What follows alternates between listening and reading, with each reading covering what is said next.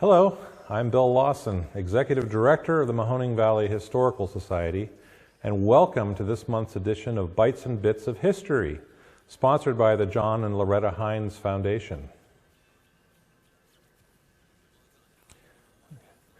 Both the Arms Family Museum and Tyler History Center are still closed, though we are planning for a July reopening, so please stay tuned as we provide you more information in the coming weeks. Today's Bites and Bits of History program is the history of the Youngstown YWCAs. And our two speakers are both intimately involved with YWCA here in the Mahoning Valley. First is Leah Merritt, who is President and CEO of YWCA Mahoning Valley. The agency mission of eliminating racism and empowering women has encouraged her to work toward equity and social justice. During her tenure, Leah has led impactful services for women, families, and marginalized persons. In 2018, she and her team executed the merger of YWCA's Warren and Youngstown into one YWCA Mahoning Valley. Leah holds bachelor's and master's degree in Health and Human Services from Youngstown State University. She was inducted into Phi Kappa Phi Honor Society and National Honor Society. The Business Journal, Youngstown Publishing Company, featured Leah as a thought leader in 2019 with a 4-part series discussing the recent merger, measured impact, and racial justice focus of the YWCA.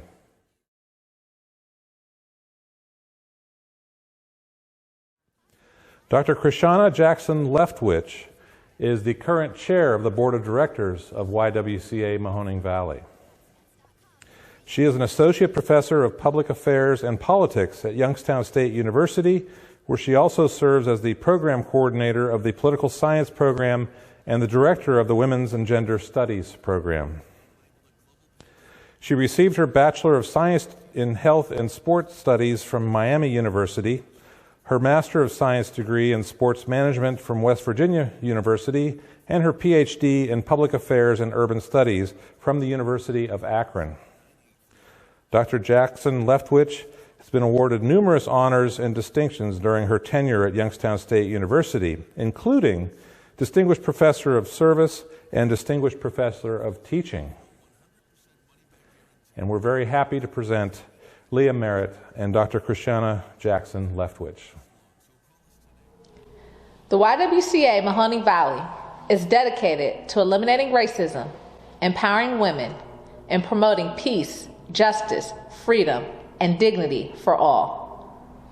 Is a movement for social justice focused on equity at the intersectionality of gender and race, is a culmination of YWCA Belmont, YWCA Warren, and YWCA Youngstown joining forces along the way. We are affiliated with YWCA USA, who has been at the forefront of the most critical social movements for more than 160 years, from women's empowerment and civil rights to affordable housing and pay equity to violence prevention and health care. 1903 to today, a history of action. Hi, I'm Dr. Krishana Leftwich. I'm the YWCA of Mahoning Valley Board Chair. I got involved with the YWCA back when I was around 12 years old as a Y teen. I was a speaker for the Bright Futures. Then I served as the Bright Futures Chair, and now I am on the board of the YWCA, which is a wonderful, great organization. Hi, I'm Leah Merritt, President and CEO of YWCA Mahoning Valley. I started here back in the 90s part-time and worked my way up through most every job until the previous director retired in 2011, which I became the director at that time. And the mission really gets in your heart of the YWCA, and it's always challenging, growing, and learning, which just makes it never dull. Well, we also want to thank the Mahoning Valley Historical Society, Bill Lawson, Tracy Manning, and Dr. Barbara Brothers for assisting and helping to bring this project to light. So the YWCA has served in our community for over 116 years, rooted in Christian faith faith, but encompassing of people from all religions, races, and ethnicities. We are committed to inclusion and equity. YWCA is a national and global movement which advocates for social equity and racial justice for women, girls, and marginalized groups. Over the years, program names have changed, but the core purpose of the YWCA remains the same. The themes of housing, education, recreation, and socialization continue today. YWCA has been many things, including a health and recreation center, a social center, a community hub, a school, job training and learning center, a preschool and daycare, a dormitory for YSU and working women, a crisis refuge, a battered women's shelter, a homeless shelter, independent living apartments, and a place of worship. But YWCA has always been about women helping women and girls stabilize and move forward. It's a tradition of women inspiring a community to help women. As an early adopter of equal rights, YWCA promoted women's rights, racial integration, nonpartisan political action, and community development. Services to immigrants and persons of color were offered when many other options were never available. These included job training, homemaking, self-development, health and fitness, language classes, and basic needs. Standing on the shoulders of giants, there are too many names to mention or list that have paved our way, but we certainly thank them all. We'll now review the early years from 1903 to 1949, where there was a large group of an early membership of about 800 people. And the Young Women's Christian Association of Youngstown was started actually as a place for women to live, get job training, and socialize. And it was one of the few places that young women that were working in the city could eat their meals, since young women who were unescorted were not permitted to eat in public restaurants in the early 1900s. In 1903, Clarissa Spencer was sent by the National YWCA, and she came to Youngstown for the purpose of organizing an association. The first meeting in Youngstown was in the home of Mrs. John S. or Harriet Wick Ford. A board of trustees was formed with Mrs. L.A. Woodward, the president. Miss Ann Carey McLeod as the general secretary. The association began to work in November 1st of 1904. Rooms were rented in the Clark Building at 124 East Federal Street, where the offices were located, and the first budget was $5,000. A cafeteria opened that year where those young women could get a bite to eat. By 1910, captains of a fundraising team were organized to build a new facility as we needed more space and more programs. The YWCA Youngstown building on West Rayan Avenue was dedicated in 1912, dedicated to the glory of God in service to young women by Harriet Ford. In Warren, as early as 1912, women also gathered in rented rooms in the Western Reserve Bank building in downtown. They called themselves the Young Women's Christian Association of Warren, but did not incorporate in Ohio nor affiliate with the National Young Women's Christian Association at this time. This group was looking for solutions to the challenges facing young women and girls in the city. They provided home practical skills, hobbies, job training, and hot meals. They went on hiatus in 1950 under a change of leadership. The group was not dormant for long, though, and they reemerged in 1916 to formalize the work of affiliation with the YWCA USA. Miss Elizabeth Hughes of YWCA USA visited and required at least 400 charter members to affiliate. By April 1st, 1916, the pledged charter member count was 825, and the YWCA Warren became incorporated. Ella Phelps was the first board president.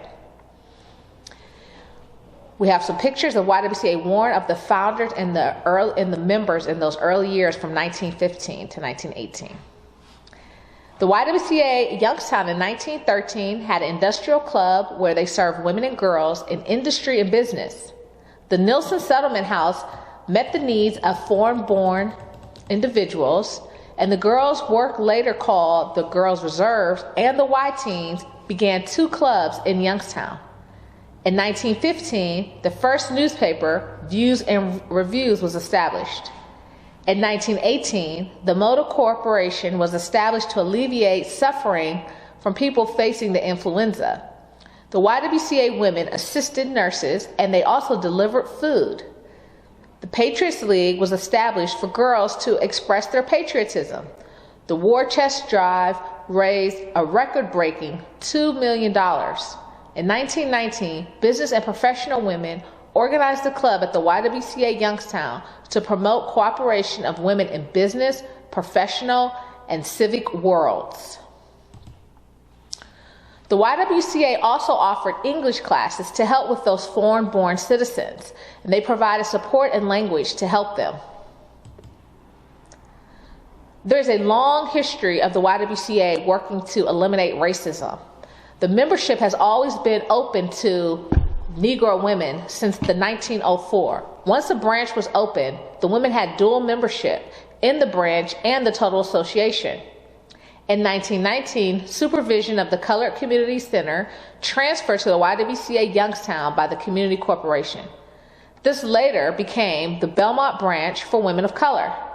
From 1919 to 1921, the YWCA Warren branch for women of color operated as the House of Friendliness. The Warren YWCA rented 132 North Park, the Martha Potter Hall, from 1918 to 1929. This building housed 40 women and had a public cafeteria. It also displayed a blue triangle. The blue triangle is significant because it indicated that this was a safe place for women of color. The Belmont branch of the YWCA of Youngstown opened in 1920, and it operated for women of color.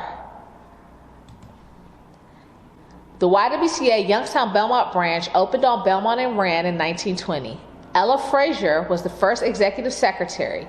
Activities included knitting class, preschool, concerts, and book reviews. The YWCA Youngstown schedules nonpartisan talks on current political issues to assist women in exercising their newly acquired voting rights since the 19th Amendment was passed and ratified. In 1926, the YWCA membership policies are reorganized to embrace women of all faiths, all creeds that can subscribe to the YWCA purpose. Here's a few pictures of the Belmont branch. The Girl Reserves also worked out of the Belmont branch as a meeting place.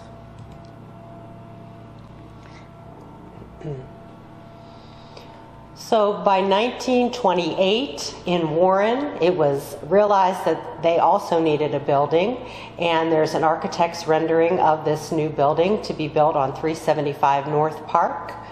We also see some progress of that facility as it's being built, and we see Ella Phelps at our groundbreaking ceremony where they started the construction of that facility, which was actually built with the Warren Edwards pool.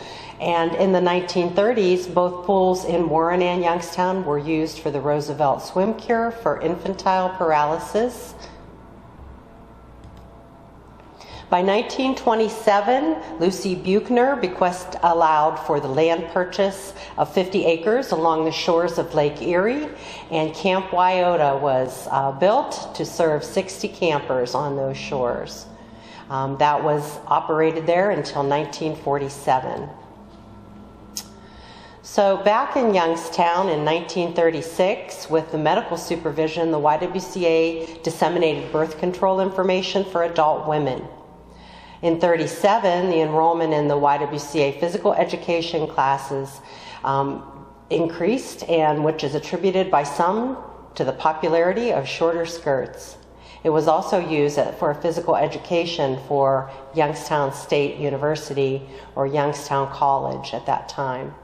In 1942, the YWCA allots the Nielsen Settlement House and the Walnut Street Settlement House to the International Institute. In 1944, the board approved 2 representatives from the Belmont branch on the main board. And by 1946, the interracial charter is adopted, and the YWCA offers a course in Negro history. In the YWCA Warren in 1945, Dorothy Height, the YWCA staff and civil rights activist, visits Warren in her work towards integration. Meanwhile, the YWCA waded into controversy about a segregated public swimming pool and worked with the NAACP to oppose segregated integrated pools. Also during the 40s, there were many exercise classes being held, as well as partnerships with the USO. By the mid to late 19th century, up through 1999, many things were happening that were integrated. In 1953, the Belmont branch of the YWCA is dissolved, and the central YWCA follows an interracial charter. So many of the meetings were integrated, and the programs and services as well. And that was much ahead of the actual Civil Rights Acts. We also like to see, even into the 50s, actions and activities supporting the troops. There was a junior USO hostess committee that actually took a bus out to the Vienna Air Force Base and provided some entertainment for those military personnel. And back in Youngstown, we see residence rooms that were like dorm-style rooms that were still in the Rayan facility up until the later renovation. And YWCA was also a very early provider of nursery and play schools so moms could get their chores done or have some respite while the children learned. In Warren, they also had a swimming pool. They had water for toddlers, water activities. They also had a diving pool in the Warren pool. The new pool opened in 1953 at the YWCA Youngstown because of the demand of the different aquatics and water sports that were happening within the city. Once the pool opened, the Youngstown Aquatics took over and offered swimming and swim lessons and all different types of activities for the community. In 1968, a panel of American women, chaired by Nancy Morris, provided opportunities for women to gain new insights into people from various ethnic and religious backgrounds.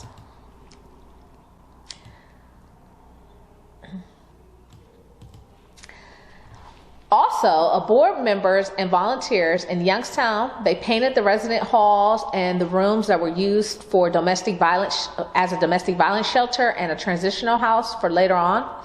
Edna Pynchon and Nancy Morris are part of the crew that were helping to put in this work and volunteer at the YWCA.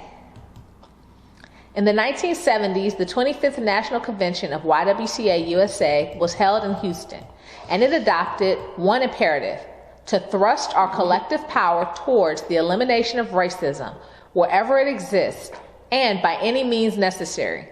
The resolution passed and renewed effort went into racial justice work. A nationwide web of racism conferences helped members recognize the layering of racism in jobs, housing, schools, institutions, and daily lives. And the YWCA also strongly urged the ratification of the Equal Rights Amendment, also known as the ERA. In 1977, recognizing the plight of victims of domestic violence, the YWCA calls together an interested group of women to explore the possibilities of providing an emergency shelter. Celia Curran, president of the board, welcomed interested women from the National Organization of Women, the Diocese of Youngstown, and the Jewish Community Center to an open meeting. In 1979, with financial assistance from the 648 board, CETA, and the Title 20 funds, a refuge for battered women and their children is open. Martha Sachs and Lynn Doyle co-chairs the successful endeavor. Admittance to the shelter is arranged by Help Hotline for abused women who request it. Health and fitness over the years includes land and water exercise, learn to swim, calisthenics, aerobics, gymnastics, health education for support of lupus, breast cancer, and reproductive health. Historic gyms in both YWCAs have been used for those purposes, where women learn self-defense, children learn gymnastics, and many dances were held.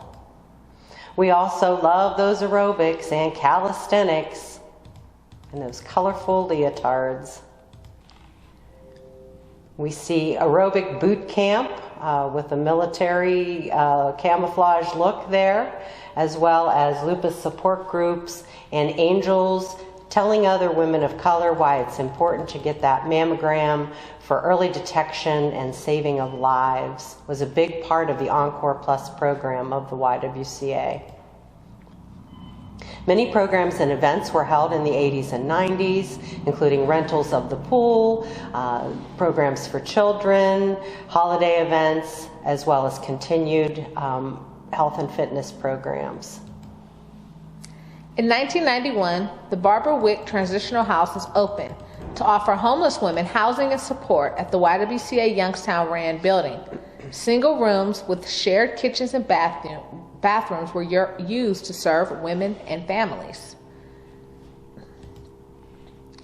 The Y teens also were actively working on different events, and they were previously known as the Girls Reserves. They had Y-Teen conferences that were held at area colleges, and they have different signs that shows the Y-Teen meeting and other events at the YWCA, community events, including the League of Women Voters, who all met at the YWCA. The Young Women with Bright Futures Awards. This program recognizes girls for contributions to their school and their communities while providing opportunities for higher learning and scholarships. The Young Women with Bright Futures are seniors in high schools, and they are selected by their guidance counselors. Barbara Aid, teacher and volunteer, and Connie Schaefer, executive director, were among those who started the event. The event was established in 1994, and we will be celebrating 27 years of the Young Women with Bright Futures in 2021. The 1990s Discovery Place was established in Youngstown for infant, toddler, and preschool education and care. It began with the YSU partnership as a learning lab by Dr. Bubian. YWCA purchased it when she retired. Discovery Place continues to serve 6 weeks, 6 years, and school-age summer programs. The school-age programs are offered year-round in the schools and also housed at the YWCA.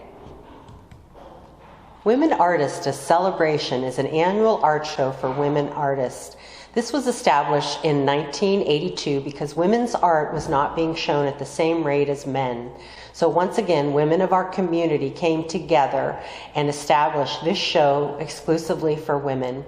In 2021, the show is in its 39th year, and we see in our picture many of the longstanding committee members, including Brenda Myers-Cohen, Sue Anzalotti Ray, and Nancy Morris. Eileen Scragg and Nancy were actually the founders of the show. We also had Women of the Year from 1978 to 2003, and this event was established for recognizing outstanding women in our community. Pictured here, we have Ruth Bradshaw, Connie Schaefer, Darlene Pavlock, and Tricia Perry on the committee, and Jan Belleville and Chris Gabrick, who at both times chaired the committee. Now we'll look at the millennium from 2000 until today. We continue to embrace the mission. In 2004, the YWCA National adopts a new logo that boldly conveys the organization's hallmark initiatives. The look is new, but the vision remains the same: peace, justice, freedom, dignity for all people. The logo is actually the mission. 2004 also brought the 100th year anniversary, and a swing dance party and a fundraiser was held to celebrate that. And at this time, the YWCA had really began to recommit to staying in Youngstown and renovating the current facility for the next century.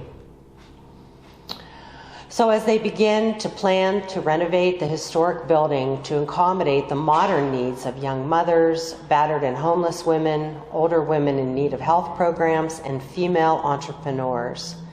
Much work went into that process, and by 2007, $3.5 million in low-income housing tax credits and $2 million in historic tax credits are the catalyst to begin the project. By 2008, during the economic downturn, a capital campaign was launched to raise the remaining funds. Along with the credits and the matching grants and contributions totaled over $10 million to complete the project. The project actually won a Historic Preservation Award from the Historical Society. In 2009, the groundbreaking ceremony for the Youngstown Business Building renovation was held, and the plans were for adaptive reuse and affordable housing at the Rayan Avenue facility. And instead of an actual breaking of ground, since it was a renovation, we took a ceremony to record and write everyone's name on a historic picture of the building. The facility was leased up in 2010. 30 apartments replaced the single dorm-style rooms, as well as other amenities within the building. In 2011, also Connie Schaefer retired as the longest tenured executive director, serving 18 years, plus a few extra as a program director prior to that. The building continues to serve the community today. A donor tree was created by women artists as part of the fundraising, ceramic leaves with names of individuals and businesses to support the historic gym and community room, as well as the Youngstown Foundation Historic Lobby. Warren Wings opened in 2014, and this offered permanent supportive housing for women and their families. In 2015, a dance-a-thon was used as a fundraiser to help raise money. The Warren YWCA Centennial Planning Committee in 2016 is shown here, in which they worked very hard to plan a fundraiser to honor and commemorate their 100 years of serving the Warren community. In 2018, the Y Teens had a reunion, and you can see pictured some of the Warren Y Teens from 2007 holding the globe and smiling. There's also bystander intervention training, which is offered as part of the advocacy program. And bystander intervention training is very important to give individuals some type of power in ways that they can intervene in situations that are unsafe and help to de-escalate situations. In 2018, the merger was announced on March 8th, which was International Women's Day, of the YWCA Youngstown and YWCA Warren. The strategic restructuring was intentional and amicable, and we used it to maximize the mission, the impact, and support the communities that we served. So there's a picture of the first board meeting after the merger, and Cheryl MacArthur became the new chair of the board, the newly formed board. Today, we continue to do the work through racial justice and civil rights, health and safety, economic empowerment, early education, childcare and youth development, affordable, permanent, supportive, and transitional housing until justice just is. One of our main programs is our Stand Against Racism. We've been holding that for many years now, and we come together to have a tangible sign that racism still does exist and will not be tolerated. And we've had various formats of that, from musical productions to panelists, and we always get that community involved and make as much impact as we can. This year we identified racism as a public health crisis, especially related to Black infant mortality and how housing relates to that as a social determinant of health. We also have our youth program, so we are very much into STEAM, science, technology, engineering, arts, and math. And we've been partnering with Oh Wow Children's Museum for many years on the Summer Manufacturing Institute, which is also promoted by Senator Sherrod Brown, in really getting kids excited and energized early about advanced manufacturing and living wage jobs. We also have our Y Girls STEAM Ahead program, which is a girl-exclusive environment which allows young women to be exposed to STEM and more likely to enter into those fields if they're comfortable while they learn about that. Our Young Women with Bright Futures has also expanded to offer scholarships and leadership education. And we're also proud to have our International Women's Day celebration, where we learn about various cultures and learn to appreciate those. The YWCA Warren had a Wise Women Power of the Purse that we've incorporated into the newly merged WISE, the YWCA of Mahoning Valley. And this is a fundraiser in which we get together and we auction off purses and have silent auctions, and everybody comes together and just has a great time. We also have economic empowerment through leadership, job skills, and our women's entrepreneurship. The We 360, the job skills class, and the women's leadership conferences are examples of some events that we offer to the community to help to empower women. We also think that being active in our democracy is important, so we hold a Get Out the Vote. We also have volunteering, where we go throughout the community and do a lot of community volunteering and outreach to serve the community. We advocate to our legislators on Capitol Hill. So when we attended the National Convention for YWCA, we went to Capitol Hill Day and we got to go meet with our state legislatures and talk about different legislation that we wanted them to support on behalf of the YW. We also have housing at the YWCA Mahoning Valley. We have the Rayan apartments, the wings at the YWCA in Warren, our Kensington Liberation Station, the scattered site housing, and the Barbara Wick transitional housing. Over 300 people a day reside in YWCA housing located in Mahoning and Trumbull counties. One of our models or slogans is Dare to be Powerful. So one of our opportunities when we attended the National Convention at of the YWCA was that we got to go to the African American History Museum in 2019. And we took a tour and got to see all the wonderful exhibits. So Varda Bide, Leah Merritt, Cheryl MacArthur, and myself. During the pandemic, we really felt the need and the cause to help to serve our community going through the crisis. And so we provided essential service, made masks and a food drive, and helped to continue to get out there and really help people that were hit very hard by this crisis. Coca-Cola sponsored an event for some of our essential staff and workers, and they were recognized and honored at Times Square in New York. And so they were able to see themselves on the billboard as a thank you for all the work they do at the YWCA. And we thank the Coca-Cola Foundation for actually supporting our Women's Entrepreneur Program over the several years, and that is how we've been established in that relationship and had that opportunity to thank our staff who work so diligently during this time.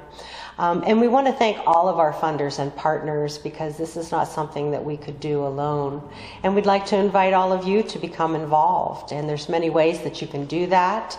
You can volunteer, you can donate, become a supporter, attend events, and advocate. And I would also like to mention that we've been partners with United Way of Youngstown and Mahoning Valley, and United Way of Trumbull County over the many years, and we thank them for their support. Well, thank you very much, Leah and Krishana. I'd like to let you all know that next month our topic will be baseball in the Mahoning Valley, and our presenter will be Vince Guerreri. That'll take place on Thursday, June 17th. Until then, thank you for being part of this wonderful program.